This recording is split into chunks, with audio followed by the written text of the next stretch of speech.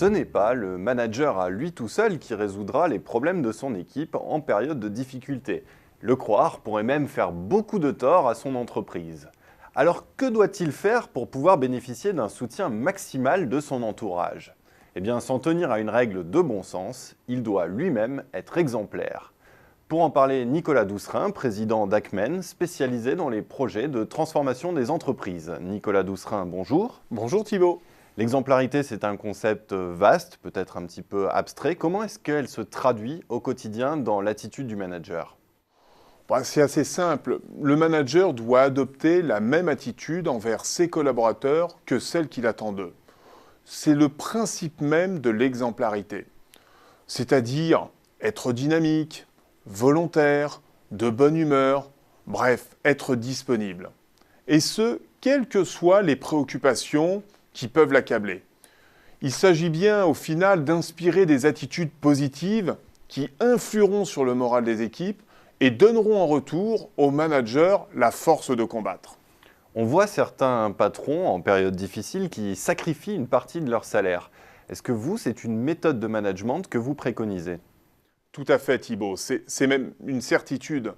Comment voulez-vous prôner une cure d'austérité si vous ne montrez pas vous-même l'exemple? Ces mesures valent d'ailleurs pour l'ensemble du comité de direction. Une baisse de la partie variable, des avantages, du salaire s'imposent en cas d'aggravation des difficultés. Et cette baisse, elle est absolument indispensable si le manager est qui plus est amené à prendre des mesures de licenciement. Est-ce qu'il y a une proportion juste du salaire à sacrifier? Écoutez, il n'y a pas de règle écrite, mais le salaire doit bien évidemment baisser dans des proportions significatives. Il y a une vraie différence entre, d'une part, la portée symbolique du geste et d'autre part, l'exemplarité. Alors on a parlé de l'attitude du manager vis-à-vis de ses équipes et vis-à-vis des partenaires extérieurs à l'entreprise. Quelle attitude doit-il adopter? Si vous voulez, je pense que l'attitude, elle doit être guidée par deux principes. Confiance et détermination. Ce sont ces attitudes qu'attendent les clients, les banquiers, les fournisseurs et, j'allais même dire, voire même les concurrents. Certes, c'est plus facile à dire qu'à faire, sans doute, et surtout en période de stress intense. Mais alors ce stress, on peut imaginer qu'il faut surtout veiller à ne pas le communiquer. Et comment faire? Écoutez Thibault, c'est relativement simple. Il faut éviter d'avoir des expressions ou des propos moroses, désabusés, voire ironiques.